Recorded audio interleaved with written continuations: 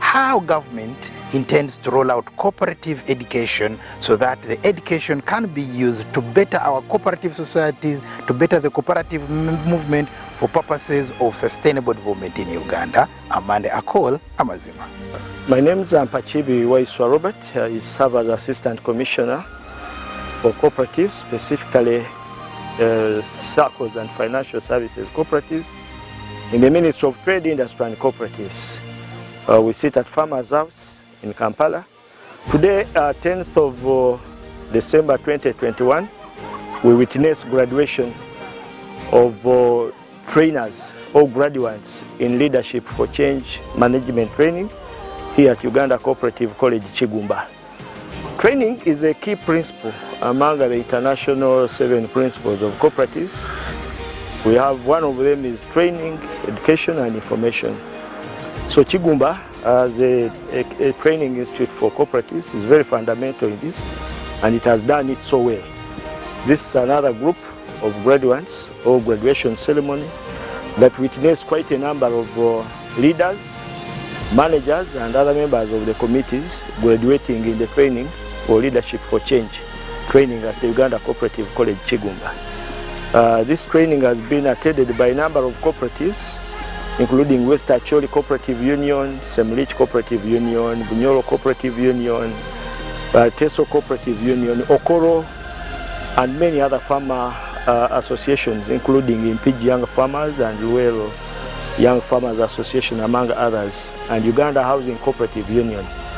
The training has exposed the trainees to a number of areas, including basic financial management, leadership for change, personal growth, presentation and interpretation of financial statements, then business planning and implementation. It's really been so rich a program that has been concluded today, 10th of December 2021. We appreciate that a number of challenges have impacted on the delivery of this training, of course including COVID-19, which has really overturned the entire working environment for this. The funders of this training have been We Effect, which is an international organization looking for the development of the communities. We really give our thanks and appreciate their partnership with government and specifically this college, Uganda Cooperative College. They have made it possible for it to happen that this training is delivered. You see, training is very expensive, and that's why I'm appreciating We Effect for supporting this program. There are costs involved in terms of training materials, costs in terms of upkeep of the trainers, accommodation, meals, among others. So it's really expensive, but we thank We Effect that it has been able to undergo, to fund the college to undertake this kind of training. Government is committed to cooperative development and cooperative training in particular. As you are aware, government's major role is to put policy framework into place.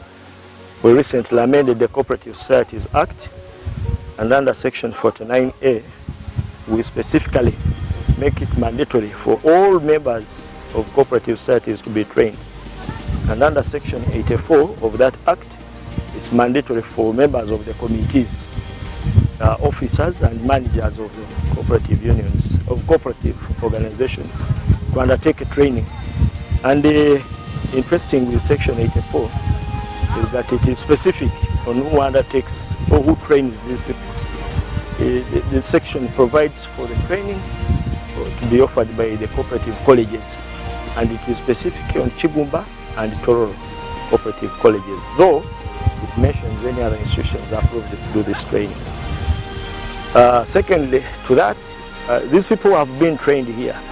They are more of trainers of cooperatives, and if you followed our presentations in the hall, we're urging these trainers to transfer this knowledge to their colleagues at the workplaces, family members, and within their communities.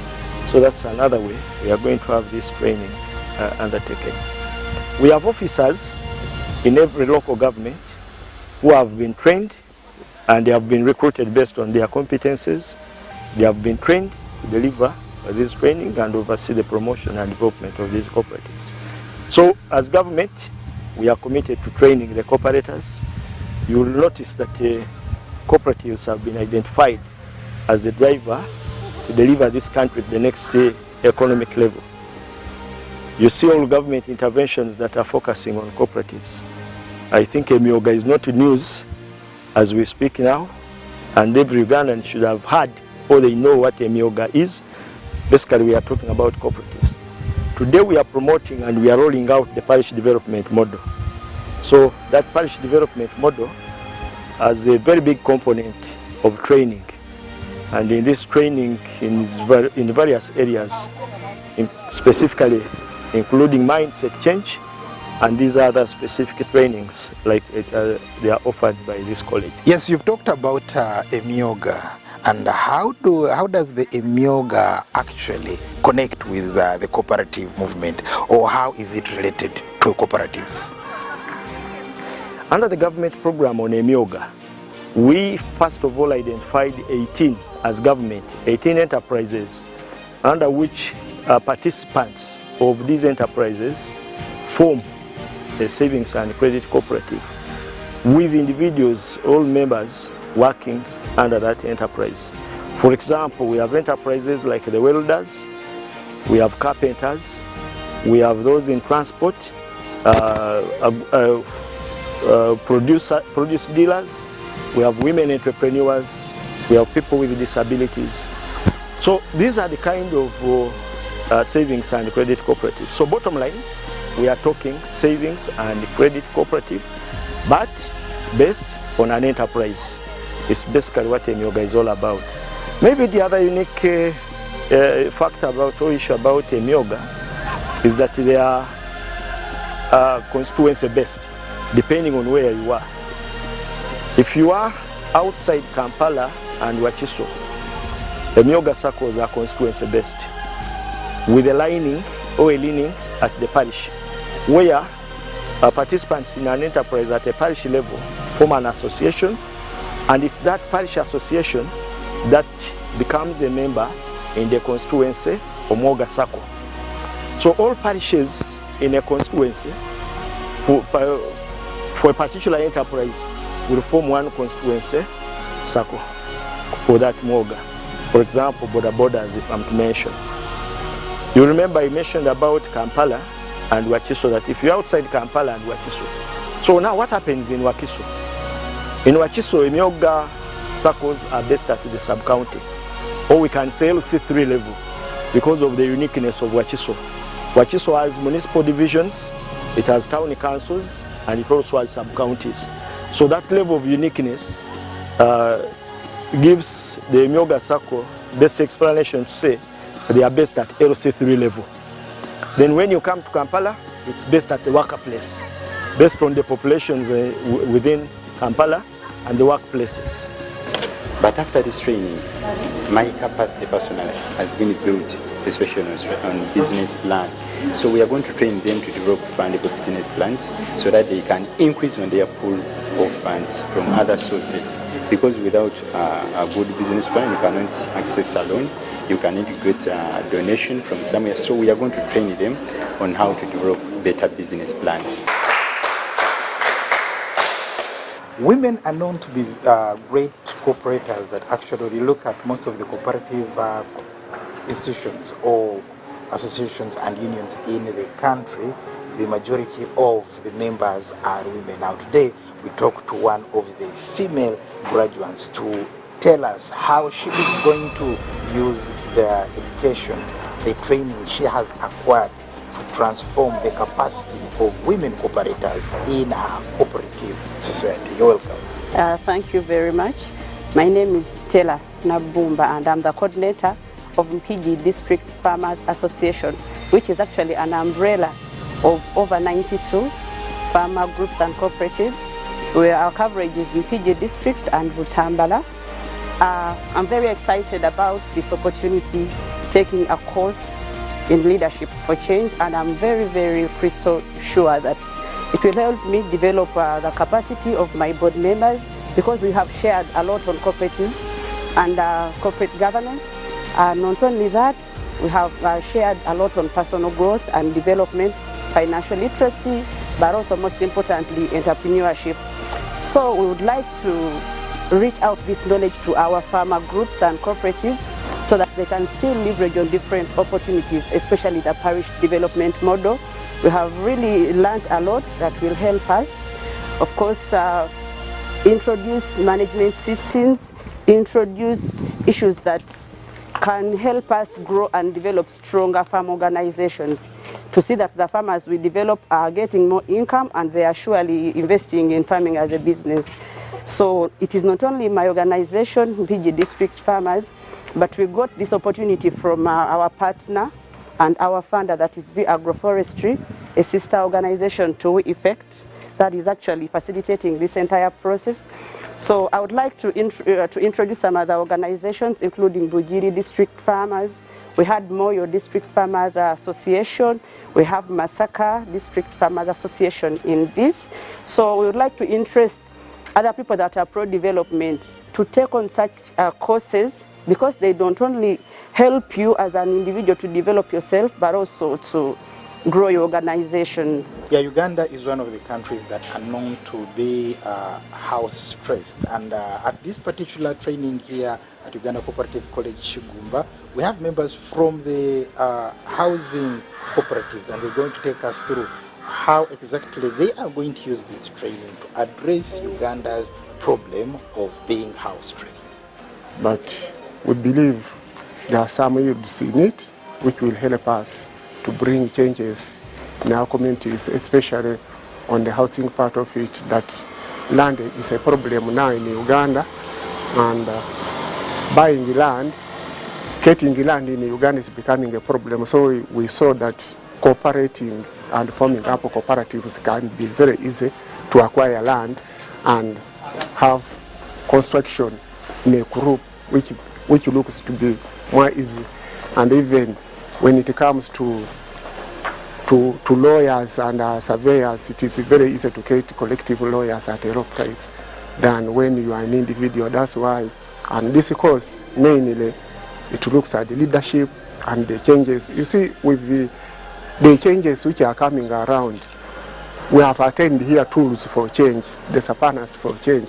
Now, employing all those sapanas, change is a gradual process. So you cannot wake up one time and say you are making change. So that's why this course is going to help us to employ those sapanas for change, to cause change, especially in the community where land is becoming a problem. So what we decided to do is to group up members, at least a number of 30 members, and they always sit and meet. Then there's a certain fee that they always contribute, that is saving, then administration fee for at least the development of whatever, because we believe that when you are a group, at least you can decide to buy a piece of land, then you construct your houses. After this course in Leadership for Change, which has been very impactful for us as young farmers, what has stood out most for us in this course is visionary leadership, personal growth, and managing change.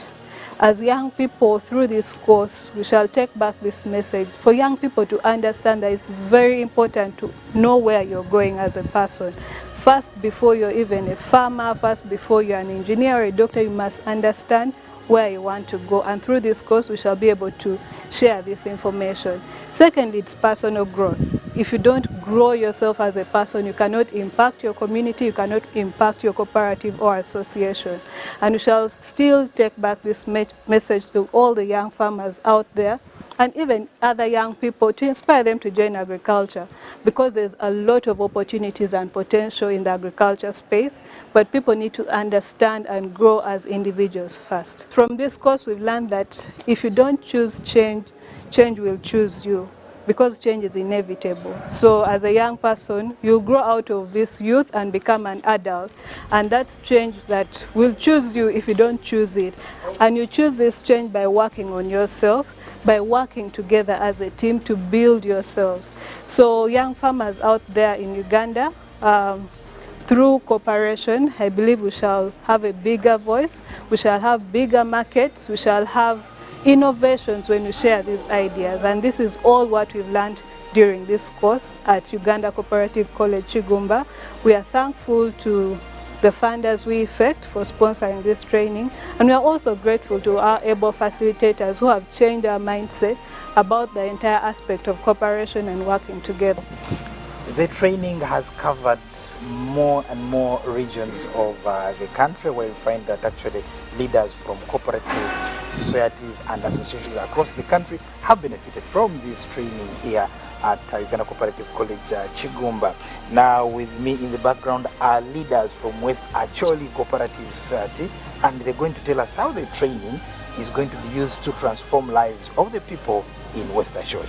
Yeah, thank you very much, moderator. I would like to take this opportunity to really thank the UBC team who are with us here, and my colleague from West Acholi Cooperative Union. Take this honor to invite my brother to introduce himself. Thank you. I'm called Kema Richard from West Acholi Cooperative Unions. West Acholi covered almost 5 districts for now.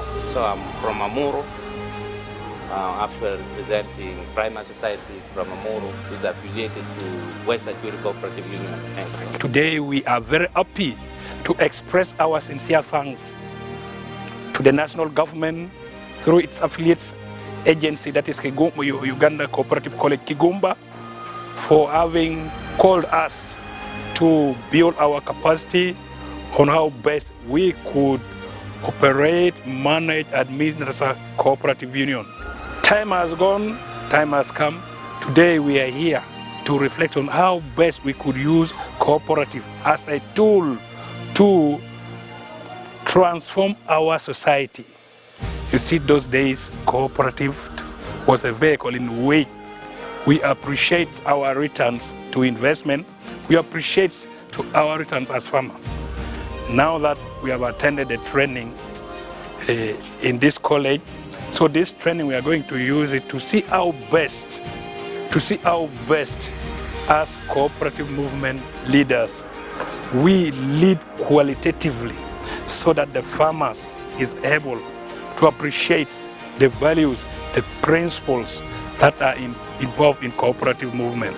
Secondly, where the global trends of world trade has reached, at least we need to accept change.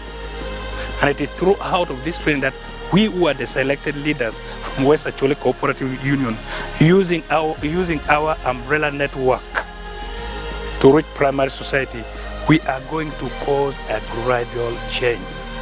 Where the world has reached, we need to embrace change in terms of diversification focus. Those days, people used to think that when we talk about cooperative movement, you bring in the aspect of cotton growing only, or coffee, or milk. But now these days, cooperative movement has diversified its focus on high-valued enterprise.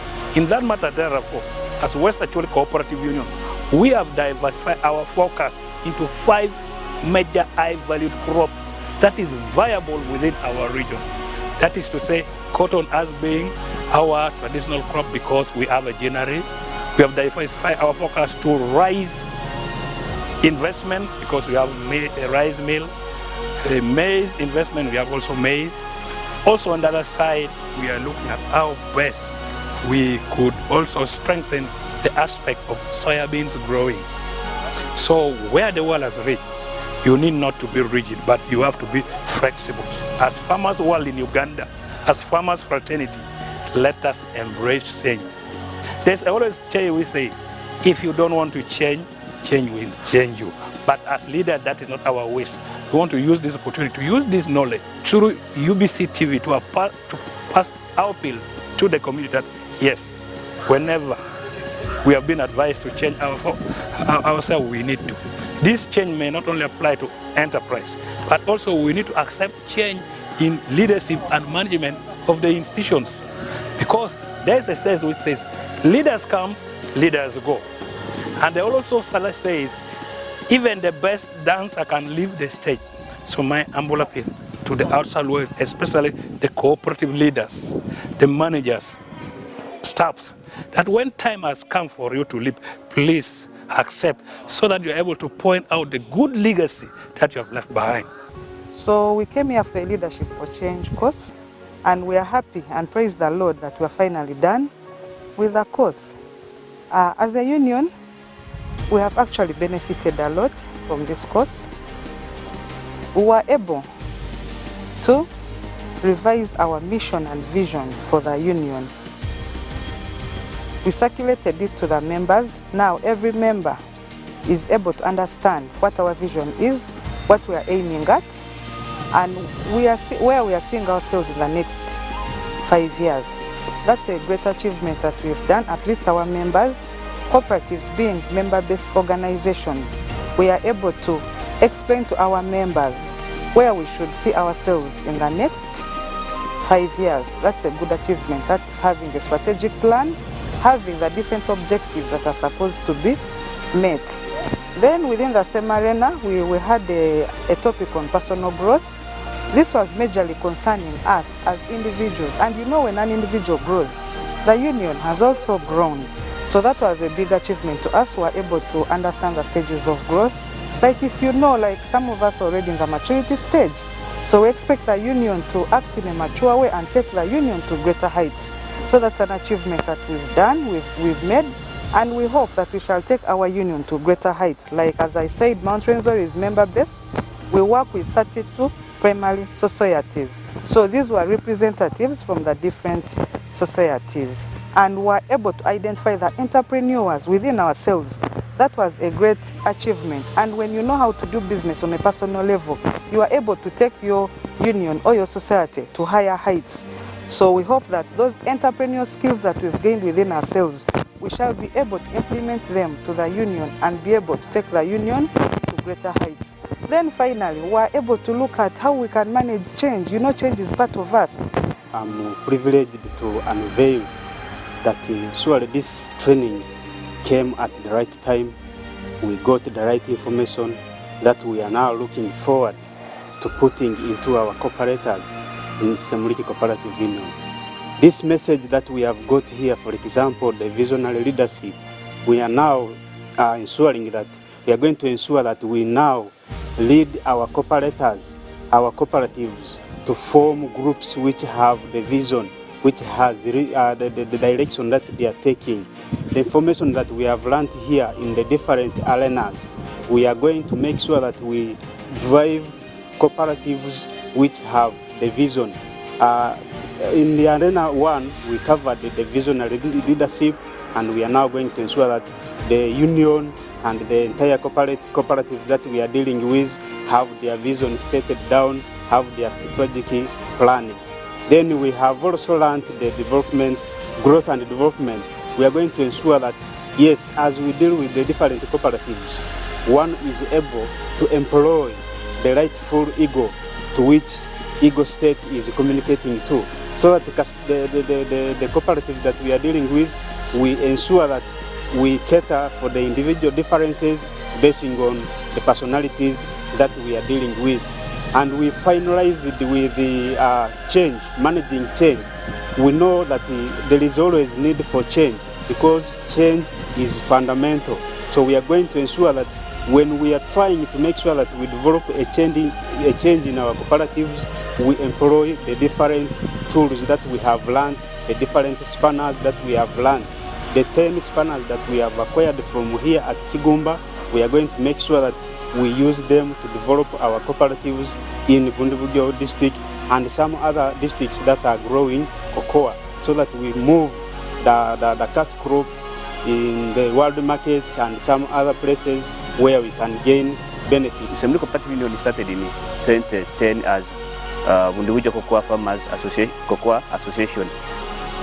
We started majorly to address the challenges which the cocoa farmers were facing in the country or in the Bundibugyo district majorly. We graduated from an association to Semuliki Cooperative Union in 2010 June. One of the major challenges which we were attending to It is a lack of information concerning the market, also the production, also access to finance and financial services. Those were major key issues that we are attending to. We came here to Chigumba specifically to undergo a training of which we covered a lot, and we know it is going to change, it is going to impact our growth as a cooperative union. The only way we can have cooperatives in Uganda work for us and work for the Emyoga project, work for the parish model, work to eradicate poverty is providing cooperative education to the cooperators, to the youth and to the students. Amanda Akol Amazima, wishing you a blessed evening and thanking you for keeping it on UBC Education Forum here in Chigumba.